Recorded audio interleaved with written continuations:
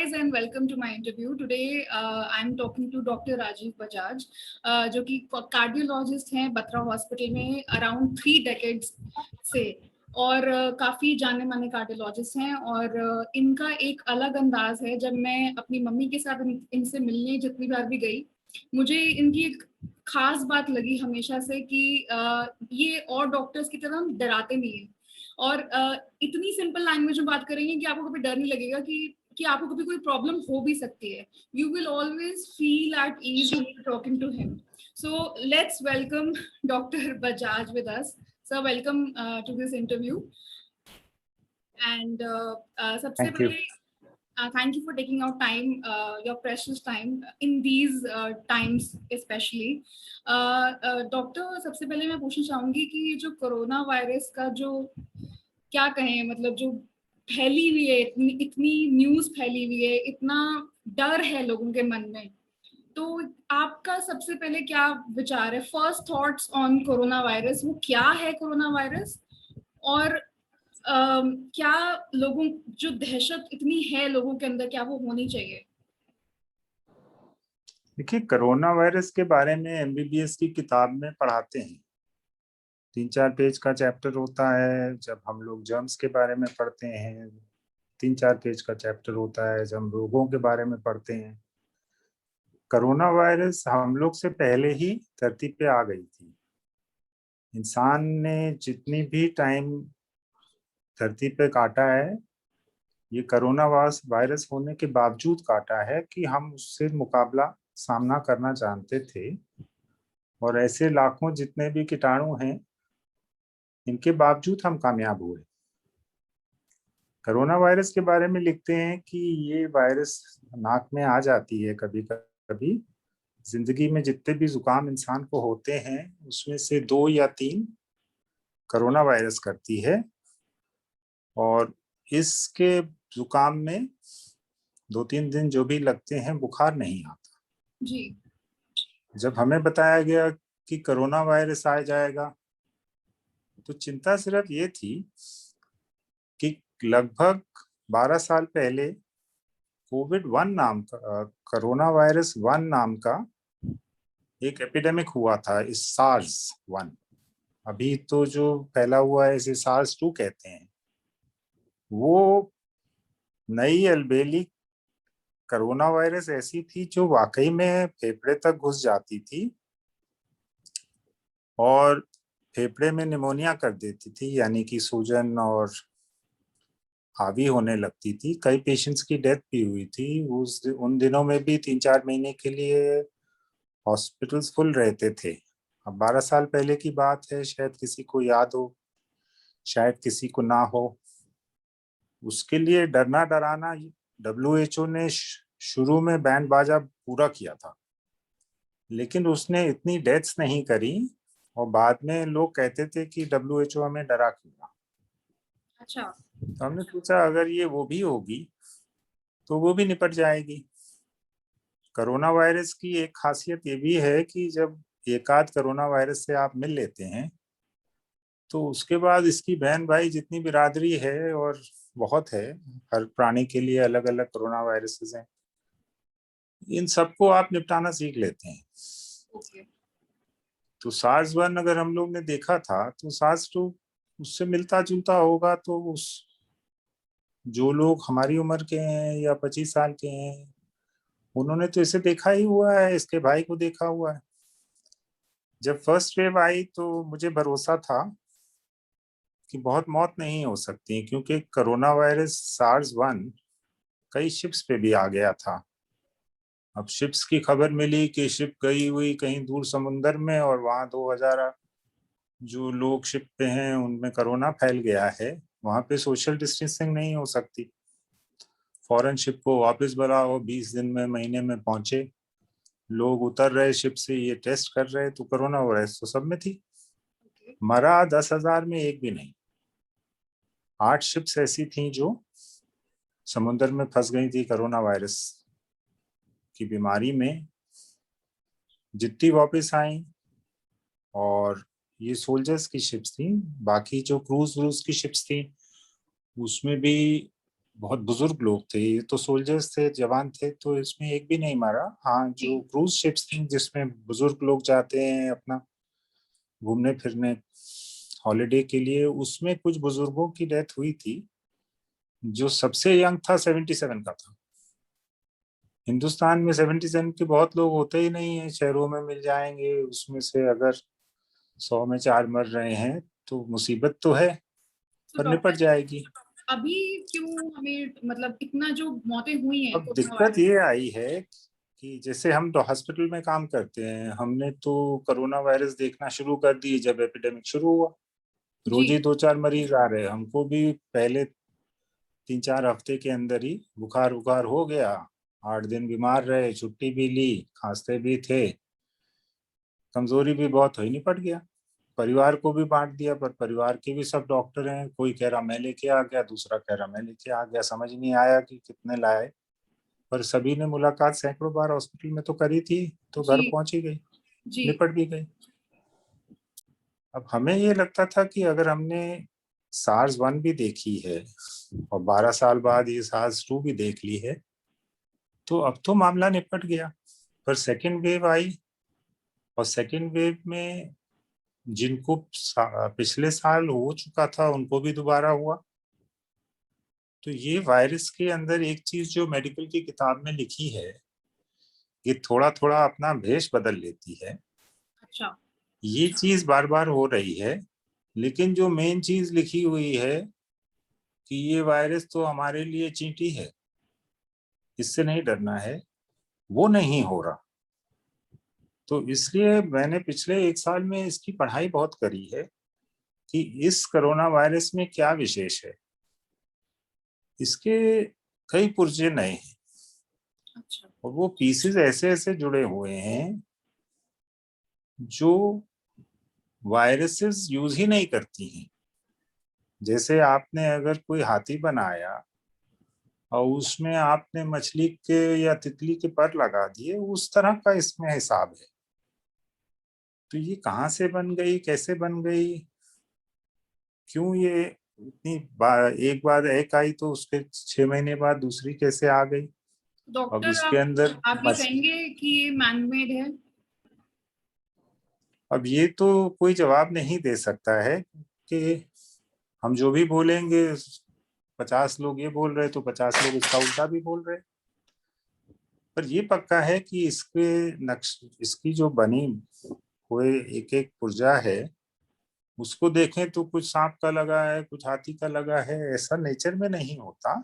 जी जो कहते हैं कि ये हो गया, वही समझाएं कि उन्होंने इसका जो नक्शा है वो पढ़ा कि नहीं पढ़ा। कुछ भी ओपिनियन बना लो, ये तो आसान है। पढ़ के ओपिनियन बनाओ, वो किसी ने किया है तो उनसे आप पूछा करिए कि ये ऐसा कैसे हो गया। हम्म जो भी वो बताएं शायद सच हो। अब आगे क्या होना है जी ये भी चिंताजनक है। हम तो, डॉक्टर ये हमारे पास पेशेंट्स आते हैं, पेशेंट को ठीक करना आसान है, इसीलिए जब आता है मैं कहता हूँ तो चिंता ना कर, तो ठीक हो जाएगा। कोरोना वायरस के अंदर क्या हो रहा है, हर बार कोई नया भेष, और हर बार इसका नया मुकट। पहली वाली जो आई थी SARS-1 12 साल पहले, उसने नुकसान किया, उसी से थोड़ा बढ़ के SARS-2 ने पिछले साल किया। अब उसका नया वेव आया है तो उसने तो 7-8 गुना बढ़ के नुकसान किया है। जी आगे के लिए क्या होना है ये कौन जवाब देगा। डॉक्टर पर आपको लगता है सवाल ये थर्ड नहीं है वेव। कि क्या होगा, वो तो टाइम ही बताएगा। ओके डॉक्टर आपको लगता है कि थर्ड वेव भी आएगी। अब जो कुछ अभी तक हुआ है उसमें कोई डॉक्टर की प्रिडिक्शन, किसी पढ़े लिखे इंसान की प्रिडिक्शन सही नहीं बैठ सकती थी। केवल जो लोग बड़ी बड़ी लेबोरेटरीज में बैठे हैं और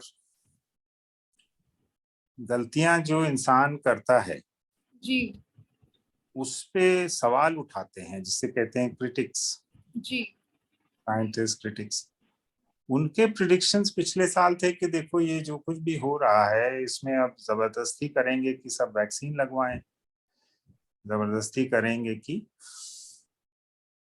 तरह तरह की चीज़ों के लिए, हर चीज़ के लिए आधार कार्ड हो, हर चीज़ के लिए आप पेमेंट उससे करिए। जी।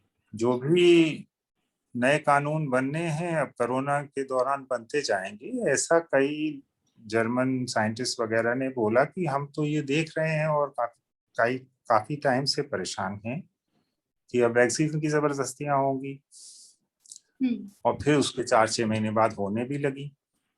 वैक्सीन बनाना कोई आसान काम नहीं था। मलेरिया की 100 साल में नहीं बनी, रोमैटिक फीवर की 100 साल में नहीं बनी, एड्स की 40 साल में नहीं बनी, जी।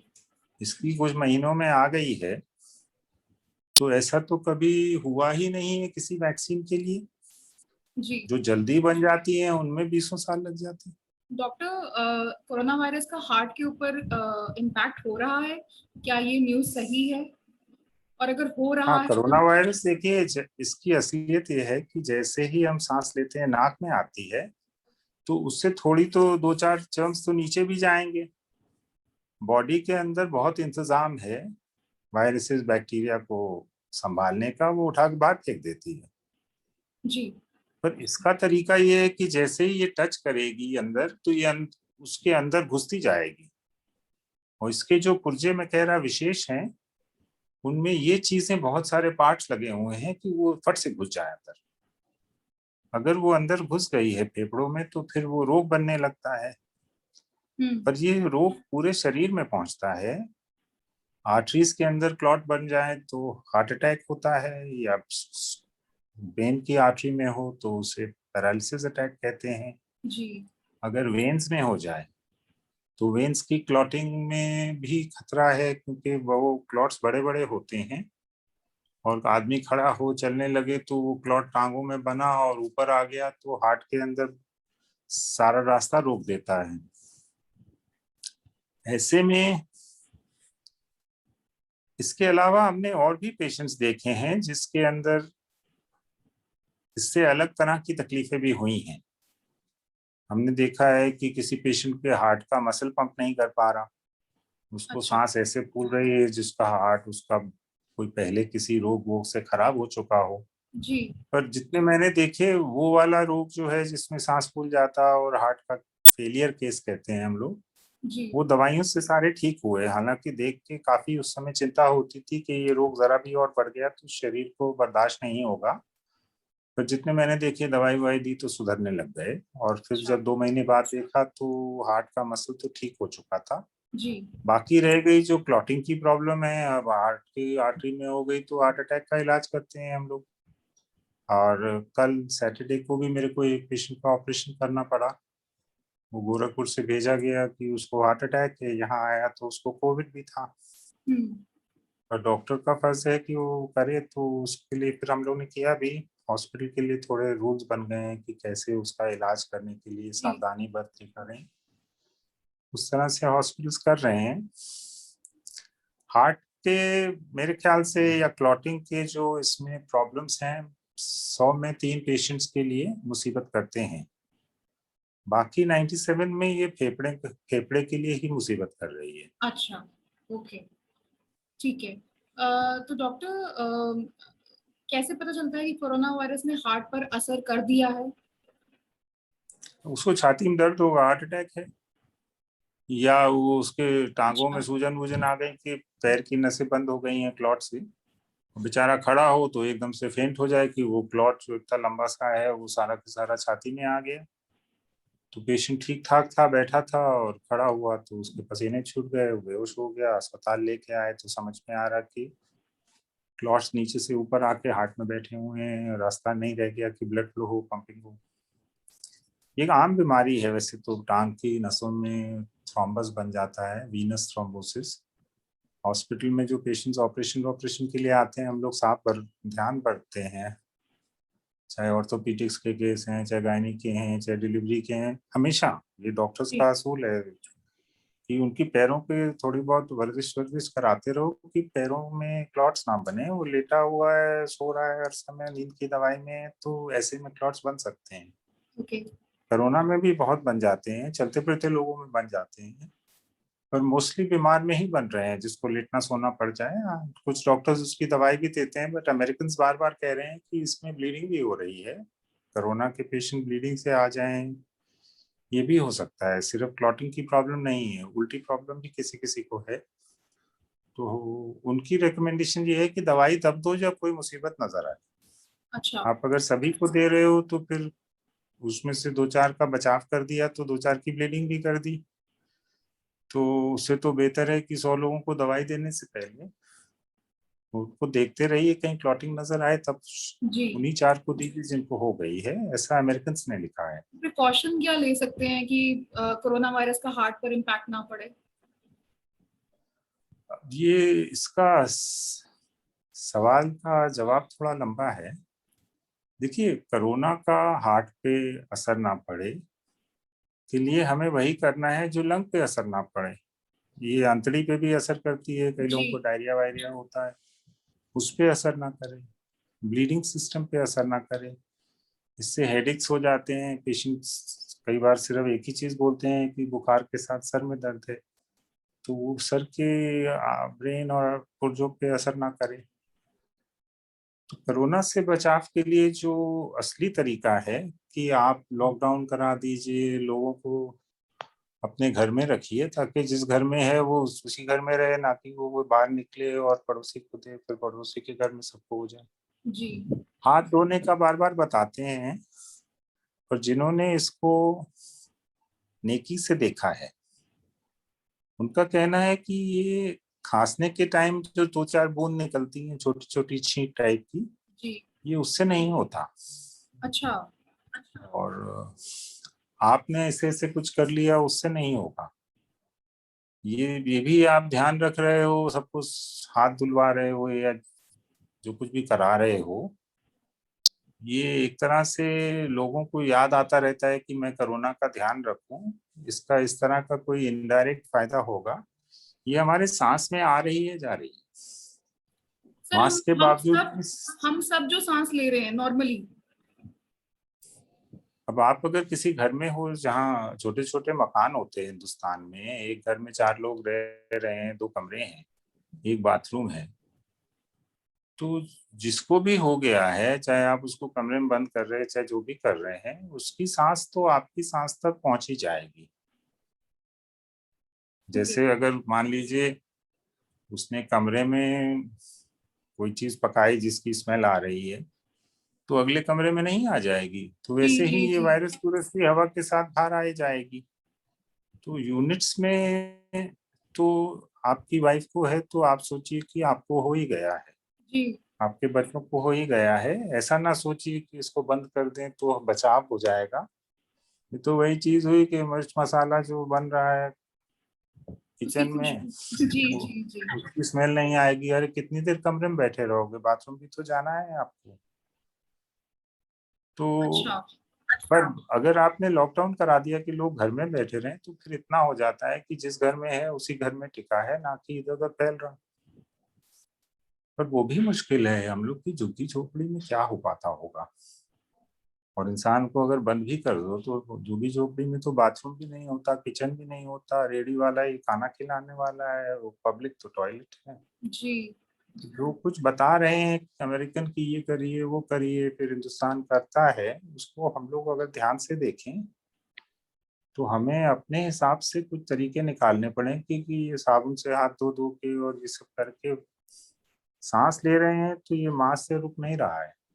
कपड़े के मास्क होते हैं 80%, उसमें से तो हवा अंदर बाहर हो रही है। ये दिखाने का मास्क है या रोकने का मास्क है? हम्म। असली मास्क तो वो होगा जो डॉक्टर्स पहन के ऑपरेशन कर रहे हैं, जी उसकी हवा जो है वो, उसको सांस तो लेना है ना, कहीं साइड वाइड से निकल ही रही। जी। तो ये मास्क कैसे आपको बचाव कर सकता है? क्या सर, आप मास्क लगा लें तो? कौन सा मास्क यूज करना चाहिए आम आदमी को? आपके हिसाब से बेस्ट मास्क कौन सा है कोरोना वायरस के लिए?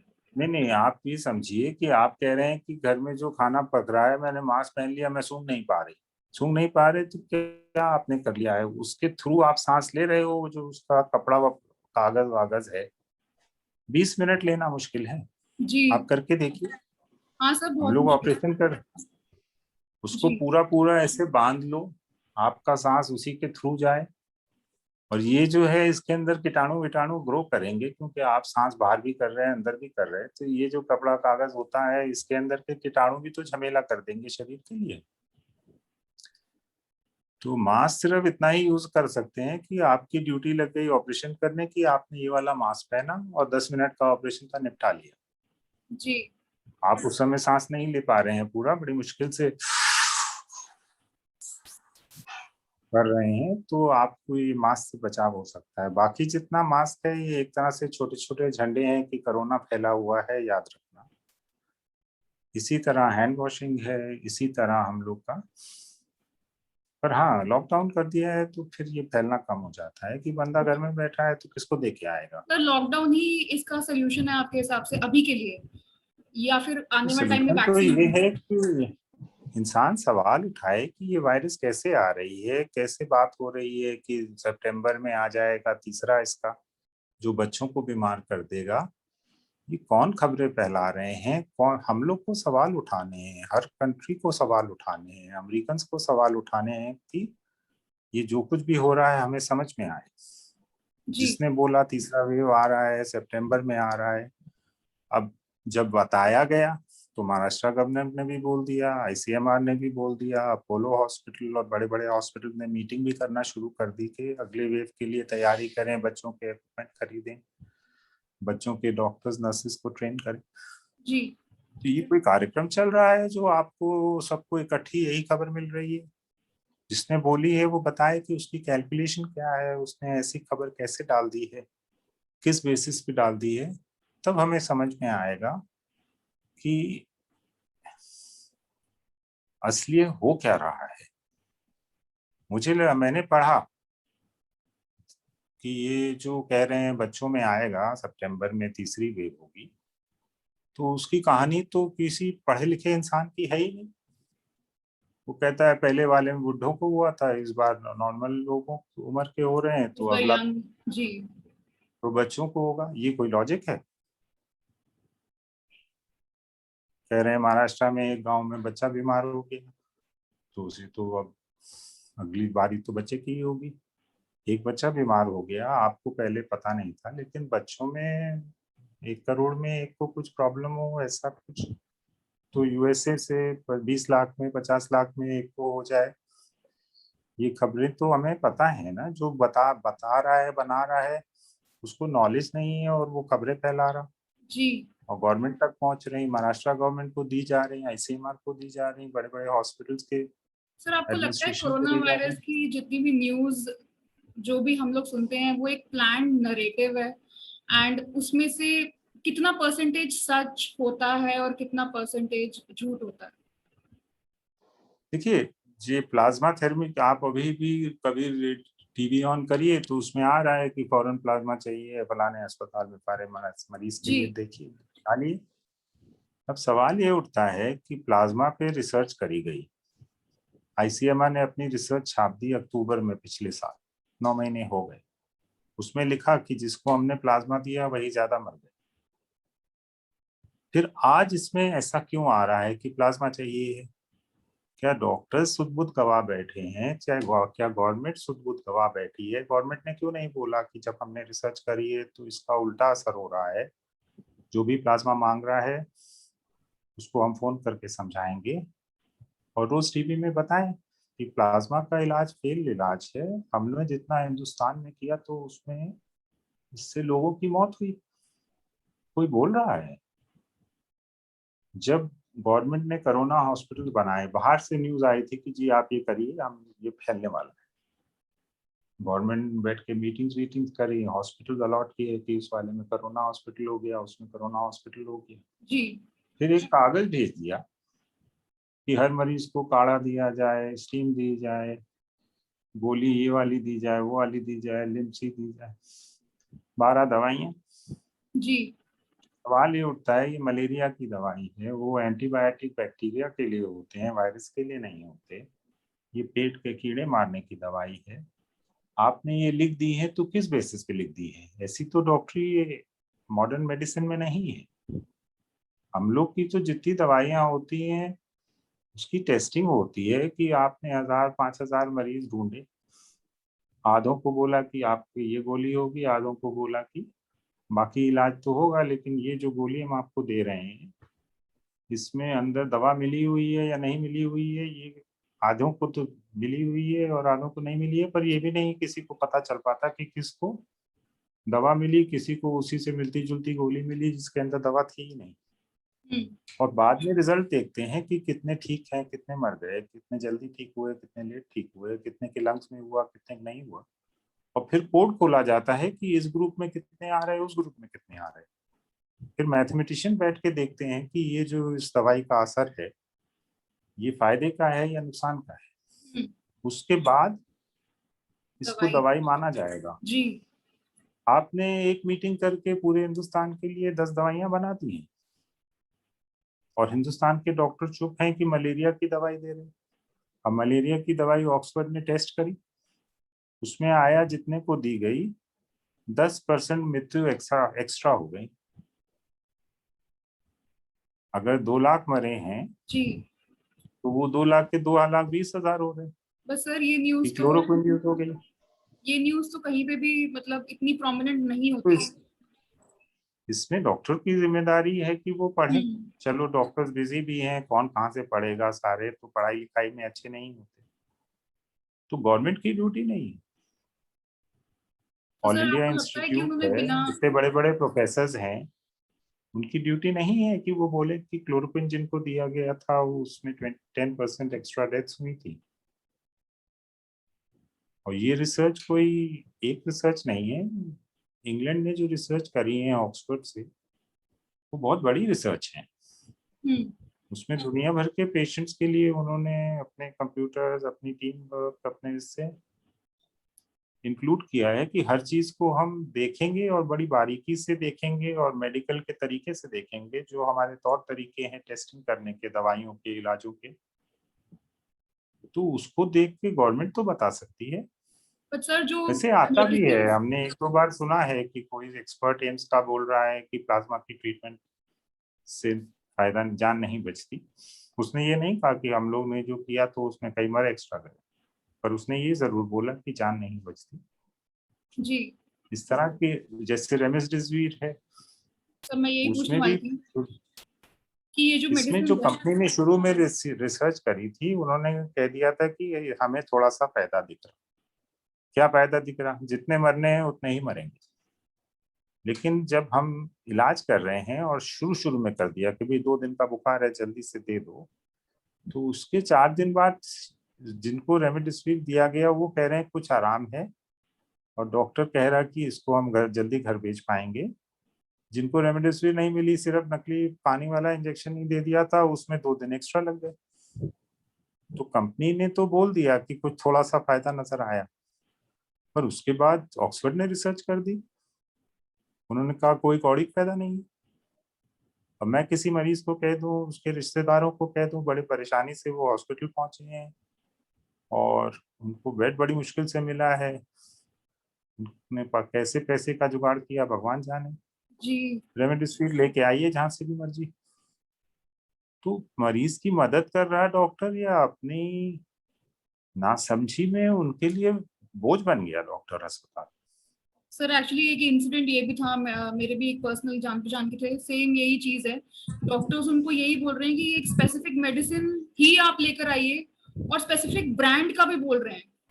ये नहीं कि मतलब दूसरे ब्रांड का नहीं चलेगा, इसी ब्रांड का हम यही इंजेक्शन लगाएंगे और तभी आपका जो पेशेंट है वो ठीक हो सकता है। अभी तक जो इलाज इसमें बने हैं, स्टेरॉइड के इलाज से लाखों जानें बची हैं, और जिनकी नहीं बची है उनको भी जब स्टेरॉइड दिया जाता है तो जितनी आफत उनके शरीर में दिखती है कि बदन दर्द है, बुखार है, सांस फूल रहा, सैचुरेशन कम है, नहीं बचे तो भी जब तक उनको स्टेरॉइड 10 दिन का कोर्स है, आजकल कभी 15 दिन भी दे देते हैं डॉक्टर्स की यही एक दवा है, और मरीज ठीक नहीं हुआ, या 20 दिन भी दे देते हैं, उससे ज्यादा दे रहे तो फिर फंगस हो जाती है, उसका भी डर है। जी सर, पर जो भी कुछ दे रहे ब्लैक हैं फंगस तो के वो बारे में दवा तो बताइए। कामयाब है। हाँ जी सर कुछ ब्लैक फंगस के बारे में बताइए जो अभी न्यूज में आ रहा है। देखिए ये चीज ऐसी है जो डॉक्टरों को एमबीबीएस में सिखाई ही जाती है।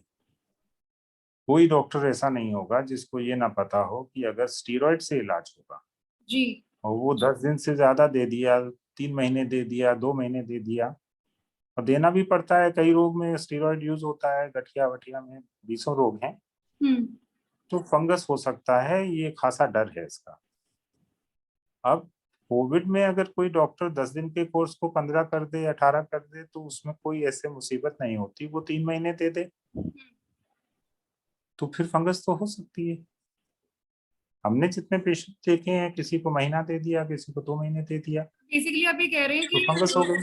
फंगस वैसे भी होगी, सिर्फ इसके केस में नहीं कि कोरोना वायरस की का इलाज हो रहा है तो इसलिए कोरोना वायरस की वजह से ब्लैक फंगस हो। स्टीरॉयड की वजह से हो रही है। हाँ। स्टीरॉयड से फंगस आ जाए या दूसरे जर्म्स भी हावी हो जाते हैं, ये चीज तो हम लोग को 80 साल से मालूम है, जब से स्टीरॉयड आए हैं दुनिया में दवा बन के। Actually okay. स्टीरॉयड हमारे शरीर में किडनी के ऊपर एक छोटा सा पीस होता है, सुपरा किडनी कहते हैं, कि उसी के ऊपर लगाया है भगवान ने। ये स्टीरॉयड बनाता है। अगर इसको निकाल के हम ऑपरेशन करके बाहर निकाल दें तो इंसान 3 दिन में मर जाए। आप थायराइड निकाल दीजिए, उसको 4-5 साल लग जाएंगे मरने में। अच्छा। आप उस आप उसके पैनक्रियाज में इंसुलिन हटा दीजिए तो बिना इंसुलिन के वो मरने में 6 महीने लगा देगा। स्टीरॉयड तो शरीर का ऐसा हार्मोन है कि जिस दिन ये बनना बंद हो गया, उसके तीसरे दिन बंदा आपको डेड मिलेगा। पर सर अगर ब्लेम वो आधा कोरोना, बन रहा है जो हम न्यूज सुन रहे हैं अगर वो ब्लेम। आधा बन रहा है तो वो बिल्कुल पतला हो जाए, काला हो जाए, और 2-4 महीने में उसकी शक्ल ही चेंज हो जाए। तो स्टीरॉयड के बिना कोई जिंदगी नहीं है। रोगों के टाइम पे बॉडी स्टीरॉयड एक्स्ट्रा बनाती है, ओके। क्योंकि ये जो हार्मोन है ये बॉडी को इमरजेंसी का सामना करने के लिए, चाहे जंगल में शेर देख लिया, चाहे भाई से आपने कुश्ती कर ली, चाहे बुखार हुआ, चाहे एक्सीडेंट हुआ, बॉडी अगर स्टीरॉयड दुगना तिगना ना बना दे तो फिर बॉडी उसका सामना ना कर पाए, और इंसान को जो भी मुसीबत आई है उसमें वो जी उसको झेल ना पाए। सर, लेकिन जो भी तो न्यूज जब जैसे। डॉक्टर्स को ये समझ में आया था, उन्होंने वही दवा का इंजेक्शन बना दी, जी टैबलेट सर जो। बना दी। तो ये दिया जाता है जब कोई मुसीबत होती है।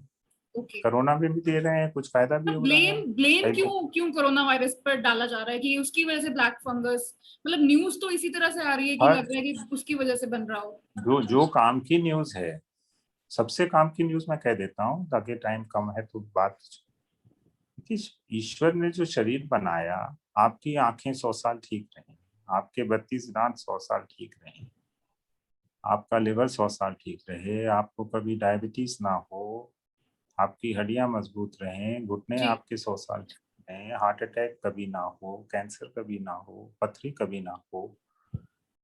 इसके लिए भगवान ने अलग अलग तरीके नहीं रखे हैं कि एक चीज के लिए हल्दी बहुत फायदा करेगी, दूसरे के लिए बादाम, तीसरे के लिए लहसुन। ऐसे करेगा तो कौन सा प्राणी अपनी देखभाल कर पाए।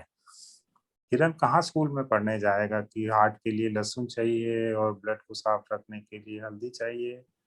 ईश्वर ने ऐसा इंतजाम इंतजाम तो नहीं किया है जो कोई बेवकूफ करे। और करा होता तो ये प्राणी जिंदा कैसे होते। और हम जी। लोग ने अभी जो पिछली 1-2 पीढ़ी में कॉलेज स्कूल छोड़ कर बना दिए हैं, उससे पहले इंसान कैसे जिंदा रहा है, जब उसको हिंदुस्तान में तो लहसुन था ही नहीं, तो हार्ट की देखभाल कैसे हो पाती। तो ये जो खबरें हैं ये तो पूरा चल ही रही हैं जब से आप और हम पैदा हुए हैं, ये सब नॉनसेंस है। साइंस पढ़िए तो उसमें लिखते हैं कि शरीर की देखभाल घी तेल से होती है। शरीर के रोग गुड़ चीनी से होते हैं, सूखी रोटी से होते हैं। ये चीज किसी हिंदुस्तान में कोई बता पा रहा है? तो बल्कि घी और तेल तो कहते अगर हैं हमें अपना कम खाना चाहिए अगर जिससे हमें हमें।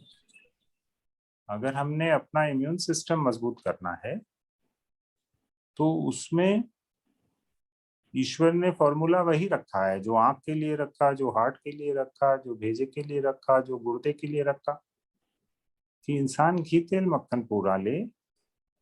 आराम उसके लिए बहुत जरूरी है। गुड़ और चीनी कम ले, सूखी रोटी नुकसान करती है।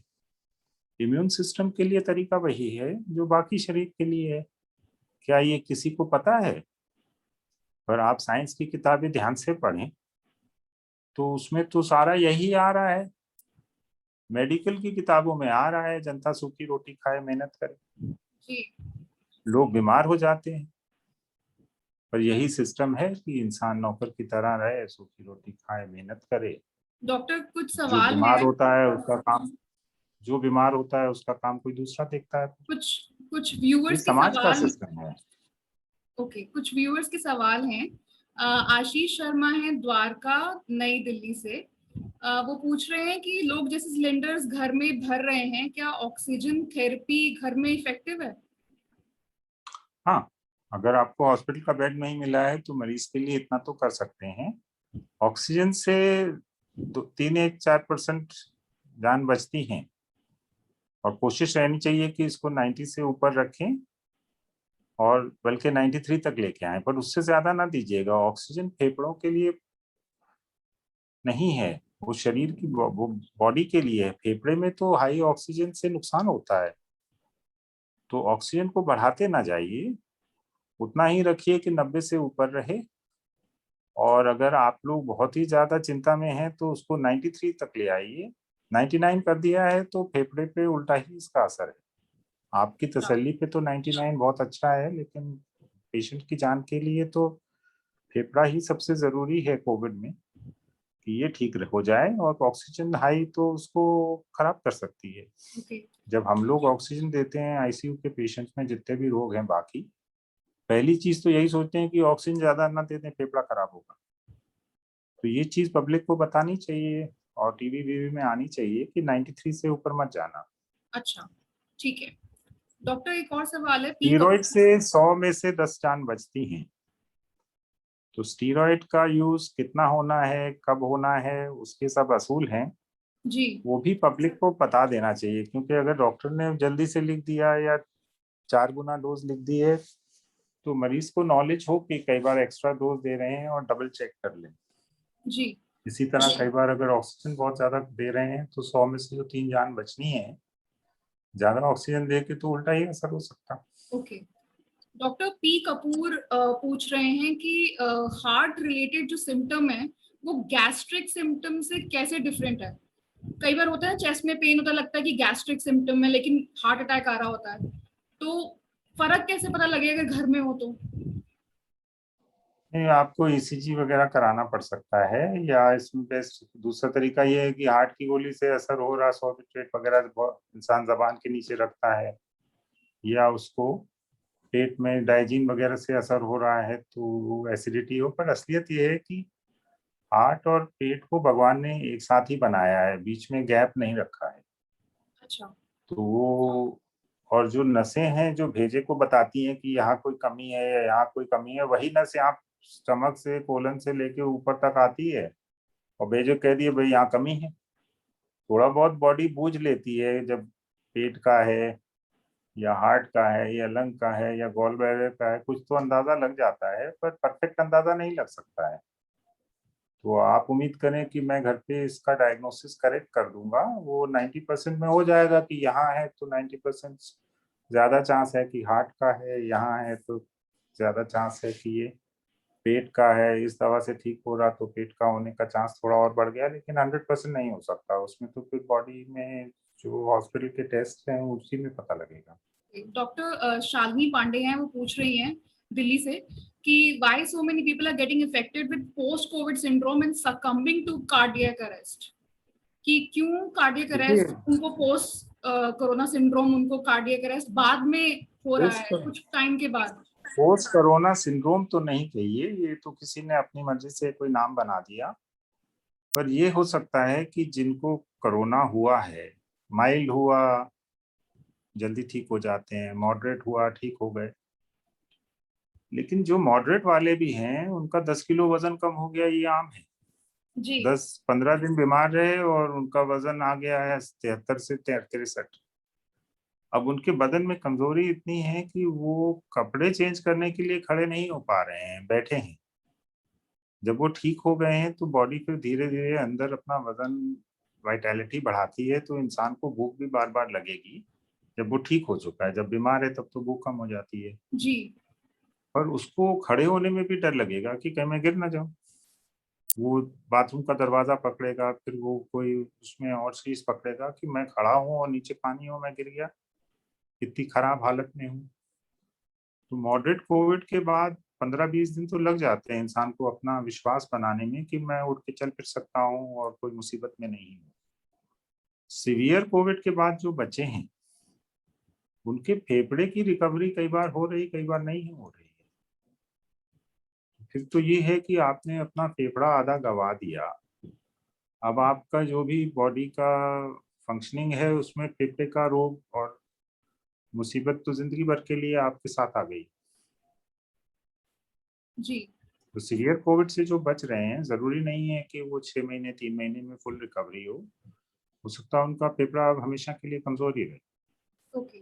डॉक्टर ऑब्री अलोसियस पूछ रहे हैं कि how does covid affect people with happy hypoxia, what are the recommended safeguards? Happy hypoxia कैसे इफेक्ट कर रहा है कोविड पीपल को? देखिए, हैप्पी हाइपोक्सिया जो वर्ड है ये यूज किया गया है कि आपने सैचुरेशन देखा पेशेंट का 90 है, 85 है, पर वो कह रहा मैं ठीक हूँ।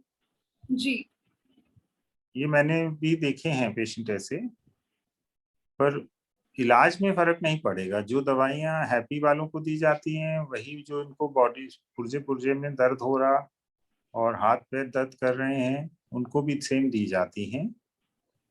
और रिजल्ट में जो बहुत ही ज्यादा बदन दर्द बुखार से परेशान है और उसका सैचुरेशन 88 है, उसका रिजल्ट स्टीरॉयड वगैरह से थोड़ा सा सुधार दिखने लगे, इसमें टाइम लग जाए, ये सब होता है। थोड़ा फर्क रहता है इन ग्रुप में, बहुत फर्क नहीं है। इलाज में कोई फर्क नहीं है। शुरू में जो स्टीरॉयड दिया उसका जो रिस्पांस आ रहा कि मरीज बोले मुझे बहुत फर्क पड़ गया 1 दिन में 2 दिन में, वो चीज हैप्पी हाइपोक्सिया में नहीं है कि वो तो पहले से ही कह रहा मैं ठीक हूँ। ओके लेकिन बाकी इतना कोई फर्क नहीं है इनमें।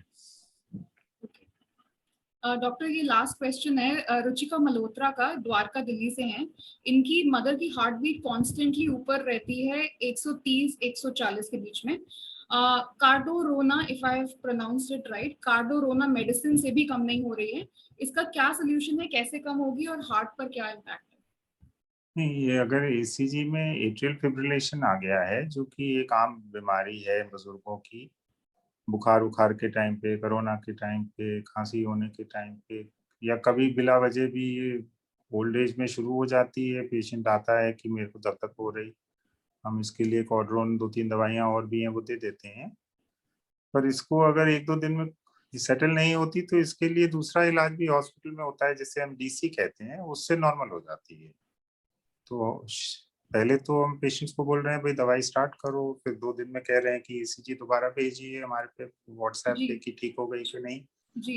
नहीं ठीक हुई है तो घंटे भर का हॉस्पिटल का काम है, इसको हम डीसी से ठीक कर देंगे, आप आइए और इसको करा के चले जाइए। तो डॉक्टर अभी इस टाइम में ये सुविधा, ये क्या सर्विस अवेलेबल है तो बिना हॉस्पिटल में? डीसी कर देते हैं, पर ठीक, ये भी बात ठीक है कि ये इतना जरूरी नहीं है कि डीसी करो। अगर उसकी हार्ट रेट 130 से हमने कॉड्रोन के अलावा जैसे उसकी बाकी 2 दवाइयां हैं वो भी यूज करी हैं, तो हार्ट रेट 70-80 आ जाएगी। तो फिर उसमें हालांकि रिदम तो वही एएफ चल रही है और जो नॉर्मल रिदम होती है वो लौट के नहीं आई है, उसके लिए डीसी की जरूरत पड़ेगी। पर वो आप 2 महीने बाद करा लो, 3 महीने बाद करा लो, मरीज कह रहा है मेरे को आराम है, तो बिना डीसी के भी वो आगे 4 साल 10 साल अच्छे निकाल दे। ओके। क्योंकि एएफ कोई बहुत बड़ा रोग नहीं है। ये तो वैसे ही है ना जैसे एक बाएं हाथ की 3 उंगली कट गई, सो बेसिकली इसमें कोई इसको चिंता करने की बात? लगवा लो या वैसे ही गुजारा कर लो, दोनों तरीके हैं। ओके सर, चिंता करने की कोई बात नहीं है, मतलब वो वेट कर सकते हैं नहीं, ये? उसका इलाज कराएं, उसकी जो सही दवाई है वो इनको कोई बता दे फोन पे। पर वेट, और उससे आराम भी हो जाएगा कि हार्ट बीट 70-80 रह रही, 90 रह रही, पेशेंट बोल रहा पहले से बहुत फर्क है। अगर कोविड की सेकेंड वेव तो अब खत्म ही हो रही है दिल्ली में, जी। और 15 दिन में आके उसको आधे घंटे घंटे में हॉस्पिटल में करवा भी लें कि उसको साइनस कर दो कि नॉर्मल रिदम रहे। ये सर काम फोन से भी हो जाते हैं, बहुत मुश्किल ओके, काम नहीं है। सर माय क्वेश्चंस तो खत्म हो गए हैं, पर लास्टली आपसे बस यही पूछना चाहूंगी एज अ रैप अप कि आपका जो ये पूरा ये जो दौर रहा है कोरोना वायरस का, जो आपका एक्सपीरियंस रहा है, पर्सनली आपको कैसे इम्पैक्ट करा है एज अ डॉक्टर? आपने क्या फील करा है जो आपने पूरी अपनी लाइफ में ऐसा कभी टाइम शायद ना देखा हो? सबसे ज्यादा तो गुस्सा कि ये आप जो भी हो रहा है, ये इंसान आवाज क्यों नहीं उठा रहा कि ये कैसे हो गया कि ये वायरस ऐसी बन गई, ये कैसे हो गया कि वो पहले की कोरोना वायरसेस जो लाखों साल से रही हैं उससे बिल्कुल बदल गई। चींटी अगर शेर बन गया है तो कोई तो पूछे कि हमें समझाइए कि इसके अंदर शेर के कितने पुर्जे आ गए हैं, और ये पुर्जे नेचर में होते हैं कि नहीं होते हैं। कोई तो पूछे कि आप बार बार क्यों कह रहे हैं कि पेट के कीड़े मारने की दवाई दे दो, मलेरिया की दवाई दे दो, एंटीबायोटिक दे दो, विटामिन सी दे दो। ये कहाँ से खबरें आ रही हैं? तो ये गुस्सा है। इसके अलावा हम डॉक्टर हैं, हॉस्पिटल जाएंगे, मरीज देखेंगे, हमें तो कोविड होगा ही।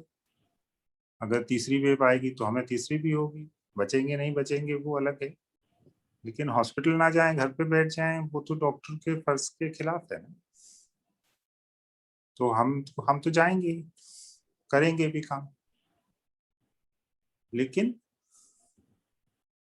पहली बार जब हमें कोरोना होगा फर्स्ट वेव में, तो वो पिछला वाला जो था पिछले साल का, वो 8 दिन में 6 दिन में निपट गया जैसा मुझे उम्मीद थी। सेकंड वाला तो उससे ज्यादा खतरनाक है। इसमें तो आदमी महीना भर बीमार रहे। जी। अब थर्ड वेव आएगी, क्या वो इस फर्स्ट से 5 गुना 7 गुना ज्यादा ये है, तो क्या अगली वाली उससे भी 7 गुना ज्यादा होगी? अगर सितंबर में आ रही है तो क्या आज हर इंसान की ड्यूटी नहीं है कि वो खड़े होकर सवाल पूछे कि हम टीवी की खबरें सुन रहे हैं और वो हमें जो मर्जी बताते जा रहे हैं? हर नागरिक ऐसे की जिम्मेदारी है। तो थर्ड वेव है, इसके बाद फोर्थ वेव, सर ये क्या चलता ही रहेगा? कब इसका एंड कब होगा? जो बोल रहा है उससे पूछा जाए कि आपने कहाँ से बोला। अगर वो कह रहा मेरे को किसी ने बताया, तो उससे भी पूछा जाए कि तुमने ये जो खबर बनाई है इसका बेसिस क्या है। जी। हम लोग जो बेतुकी बातें हैं वो तो दिन भर हो रही हैं सैकड़ों चैनल्स में और व्हाट्सएप में, पर जो असली इसकी मुसीबत है उसके लिए खड़ा हो हर इंसान। जी। डॉक्टर बहुत बहुत शुक्रिया आपका। सबसे पहले तो इतनी लंबी और इतनी डिटेल बात आपने हमसे की, और अपना टाइम आपने इतना बेशकीमती वक्त इस दौर में आपने हमारे साथ शेयर किया, उसके लिए बहुत बहुत शुक्रिया। एंड और आप एक डॉक्टर हैं, अभी तो भगवान, हमेशा से ही भगवान का रूप है, और अभी तो मतलब सबसे ज्यादा आप लोगों की वजह से ही अगर हम लोग बचे हुए हैं, तो वो आप लोगों की ही देन है। So thank you very much on behalf of all the viewers and those who are watching this video.